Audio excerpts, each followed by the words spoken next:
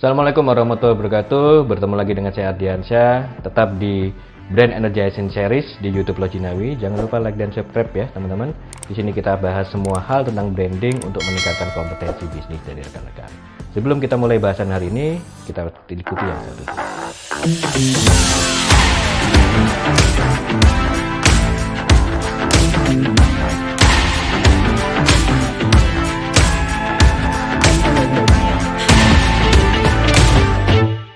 Oke teman-teman, hari ini kita akan ngobrolin tentang naming atau bagaimana kita menamakan brand atau memberi nama pada brand.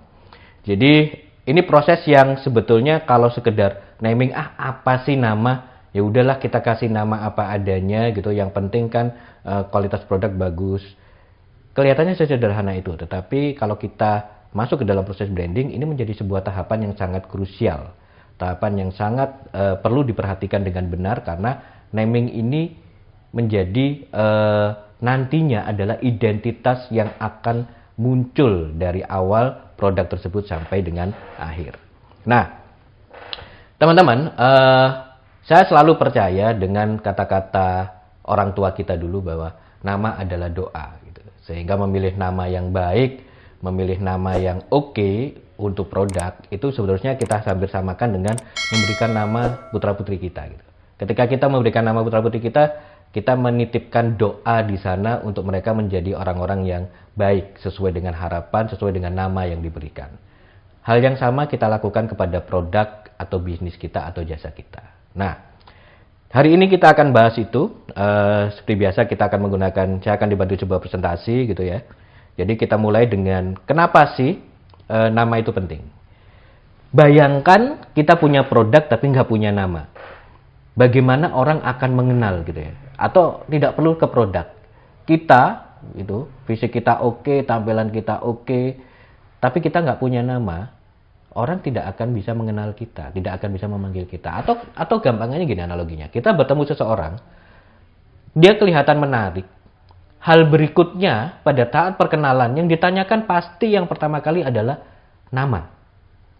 Nah, sehingga kita bisa mengetahui identitas orang yang menarik perhatian kita tersebut. Itu juga berlaku pada produk, bisnis, dan jasa kita. Nama itu harus ada sehingga memberikan identitas untuk orang atau konsumen mudah mengenali dari produk kita. Itu pentingnya nama. Nah, ada beberapa strategi yang kita bisa gunakan gitu ya dalam penamaan. Tetapi yang pasti ketika kita memberikan sebuah nama, yang pertama disarankan adalah pendek. Ya, biasanya kalau kita ngasih nama anak-anak kita, putra-putri kita itu agak panjang gitu ya. Karena di sana ada doa, dibagus-bagusin gitu. Nanti susah kalau pas bikin ijazah gitu. Nah, tapi kalau untuk nama produk, rekan-rekan, bisnis atau jasa, sarannya adalah pendek. Tapi saya ingin membuat sebuah pembeda. Saya panjangkan nama itu. Bisa jadi itu menjadi menarik gitu ya. Tapi memang membutuhkan effort lebih besar pada saat membuat nama ini bisa teringat di benak konsumen dibandingkan dengan nama yang pendek. Mungkin kalau itu cukup unik, akhirnya dia bisa menjadi pembeda, menjadi diferensiasi. Di mana brand-brand lain namanya pendek, dia malah panjang, kan seperti itu. Nah, tapi juga akan agak kesulitan nanti kalau diregister ke misalkan website dan segala macamnya. Panjang itu juga akan lebih mudah diketik nama yang pendek di Google Search misalkan gitu. Yang kedua, easy to pronounce. Jadi mudah untuk diucapkan. Ketika kita membuat nama itu harus mudah untuk diucapkan. Oh, saya suka dengan bahasa Yunani misalkan gitu ya. Atau Rusia. Yang huruf-hurufnya ada spesial karakter. Dan cara membacanya beda. Dipakai di sini. Ketika kemudian dibaca orang Indonesia bisa salah gitu. Bisa melenceng dari yang kita inginkan ya. Jadi easy to pronounce atau mudah diucapkan itu juga menjadi penting. Dan tetap yang ketiga adalah kita harus mencari nama yang unik. Nah, kenapa unik? Karena kalau saya kembalikan ke saya, nama asli saya Ardiansyah gitu. Tetapi orang lebih mengenal saya dengan nama Sasa di luar sana. Kenapa itu yang lebih diingat? Karena itu mungkin yang unik gitu ya. Kalau nama Ardiansyah mungkin di luar sana banyak gitu. Tapi kalau Sasa dan salah satu biasanya cewek, ya salah satu cowok ya ini gitu. Nah, itu keunikan itu akhirnya membuat orang mudah mengingat. Hal yang sama terjadi pada produk dan jasa, teman-teman. Jadi kita harus cari nama yang unik. Tadi mudah diucapkan, kemudian yang berikutnya adalah mudah dieja, spell. Nah, ejaan ini juga perlu kita pertimbangkan. Biasanya ada beberapa yang menggunakan double huruf gitu ya. Double huruf ejaannya. Nah, double huruf ini nanti akan menjadi masalah ketika sebetulnya secara pronoun, secara pengucapan, dua huruf dengan satu huruf ini tidak berbeda. Ketika menjadi permasalahan ketika apa? Misalkan kita daftarkan sebagai nama domain di internet gitu ya. Dan kemudian diketik oleh orang lain. Nah, seharusnya secara pronoun orang akan mengetik dengan satu huruf, padahal seharusnya dua huruf. Nah, ini juga bisa menjadi sebuah permasalahan yang akhirnya website itu tidak muncul di pencarian mereka. Gitu. Nah, ini yang harus diingat oleh rekan-rekan sekalian untuk menciptakan sebuah nama. Faktor awal yang harus diingat untuk menciptakan sebuah nama. Nah, proses membuat nama itu sendiri juga tidak sekedar sesederhana, oh, ini namanya bagus. Tapi kalau kita ingin benar-benar membuat sebuah nama yang impactful, ada beberapa tahapan yang harus dilalui. Yang pertama, jelas, kita harus briefing dulu ya.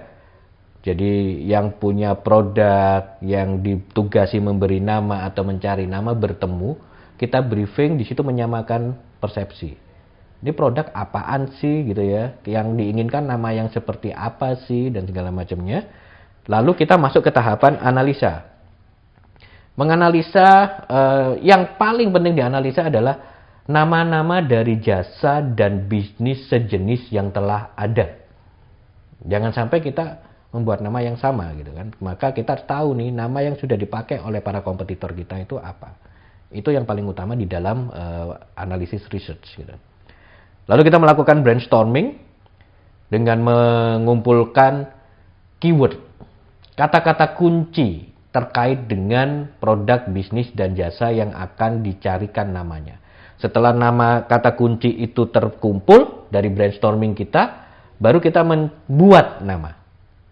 Diambil nama tersebut, dibuat, dan kemudian ditesting. Ditestingnya kepada siapa? Otomatis kepada konsumen. Pertanyaannya sederhana. Apa yang terbersit di benak Anda ketika membaca nama ini atau mendengar nama produk ini atau nama jasa ini? Jika apa yang kita inginkan sama dengan yang terbersit di benak konsumen, persepsi yang tercipta di benak konsumen, oke, berarti nama itu lolos. Apakah itu kemudian berarti kita sudah menemukan nama? Ada satu tahap lagi teman-teman yang harus dilalui dan ini sebenarnya merupakan yang paling penting. Jadi rekan-rekan, tahapan yang paling penting adalah mengurus atau memastikan nama tersebut belum dihakikan oleh orang lain. Meregisterkan nama tersebut. Karena banyak sekali kasus ketika sudah menemukan nama bagus, oke, kemudian tanpa menghakikan bisnis dijalankan. Setelah sekian lama bisnis berjalan, omset sudah oke, baru terpikirkan untuk menghakikan gitu ya, supaya nggak direbut orang lain, supaya nggak diduplikasi orang lain. Ternyata tidak bisa dihakikan karena sebelumnya sudah dihakikan oleh orang lain. Gitu. Nah, ini menjadi permasalahan sendiri. Atau yang lebih parah adalah ketika kita sudah besar, ternyata ada yang mensomasi. Kita tidak menghakikan dan kemudian ada yang mensomasi mengaku bahwa itu merek milik saya gitu. Itu nama milik saya, brand itu milik saya. Nah, ini bisa terjadi dan ini sangat merugikan dalam aspek bisnis. Gitu. Siapa yang menang ya? Yang mendaftar, yang terdaftar namanya.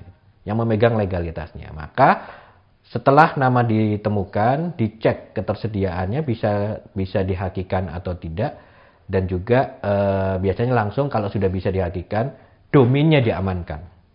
Ya, kita sekarang hidup di dunia digital gitu ya.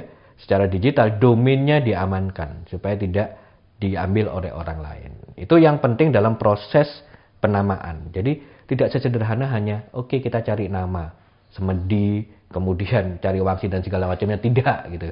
Ada proses yang scientific, ada proses yang memastikan nama tersebut memang bisa impactful dan sesuai dengan konsumen kita, sesuai dengan karakter dari produk, jasa atau bisnis kita, dan bisa diterima oleh konsumen kita.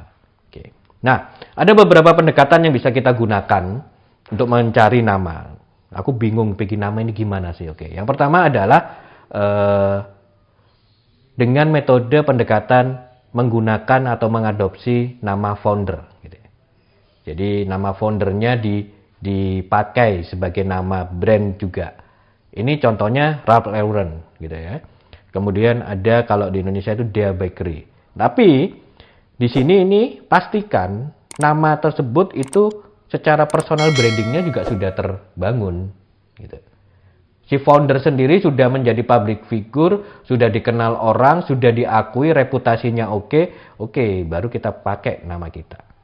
Biasanya advocate ya, pengacara, nah, itu menggunakan nama brandnya adalah nama mereka gitu. Kemudian yang kedua, pendekatan deskriptif. Ini pendekatannya paling gampang, yaitu mengadopsi jenis atau karakter bisnis sebagai nama brand. Misalkan Toy City gitu. E-Trade, perdagangan internet. Jadi ya sudah namanya E-Trade, Toy City, kota mainan. Ya udah, berarti dia adalah tempat jualan mainan gitu. Sebuah tempat di mana banyak mainan dan di situ dijual adalah mainan gitu. Sesederhana itu, tapi tetap harus dibuat menarik. Cuman tantangannya adalah bagaimana membuat nama ini bersaing dengan nama-nama sejenis yang akan banyak pastinya muncul gitu kan. Ya. Yang ketiga adalah fabricated gitu. Fabricated ini, dimaksud fabricated ini adalah kita menciptakan kata sendiri. Jadi kalau dicari di kamus nggak ada katanya, nggak ada arti katanya. Kita menciptakan nama sendiri. Misalkan sebagai contoh adalah Xerox, Kodak. Ini teman-teman kalau dicari, gitu ya. Kalau dicari di kamus itu nggak ada artinya. Itu memang nama yang kata yang mereka ciptakan sendiri sebagai nama brand mereka. Oke, yang keempat adalah metafora.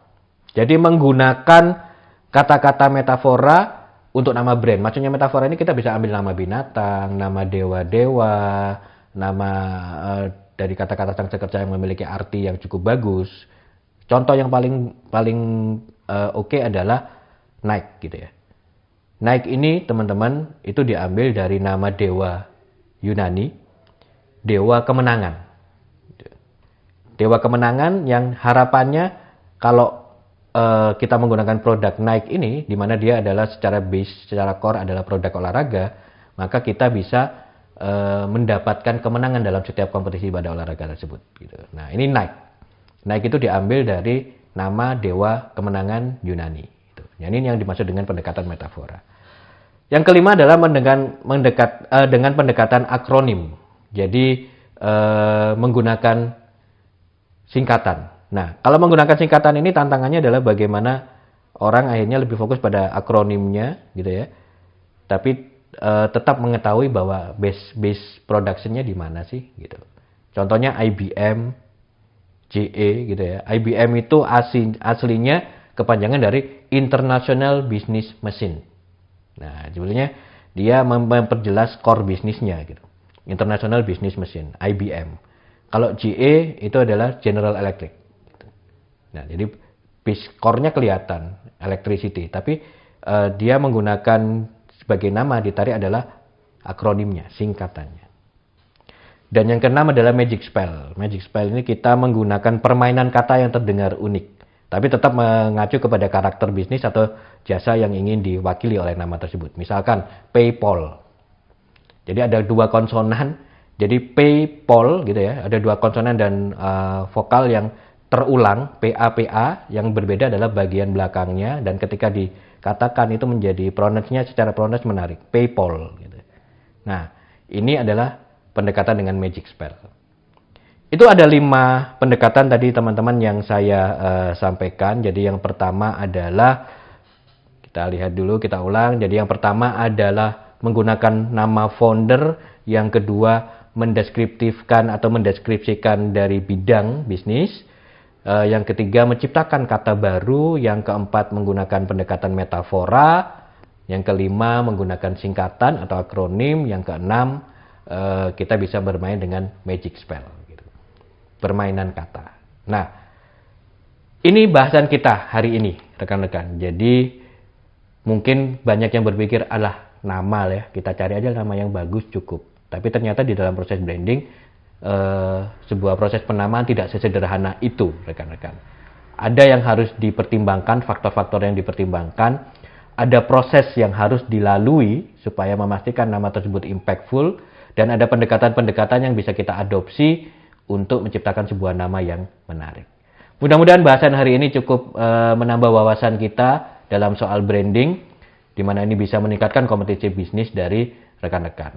Sampai ketemu pada bahasan berikutnya. Jangan lupa subscribe dan like Brand Energizing Series YouTube di Longinabi Channel. Terima kasih. Assalamualaikum warahmatullahi wabarakatuh.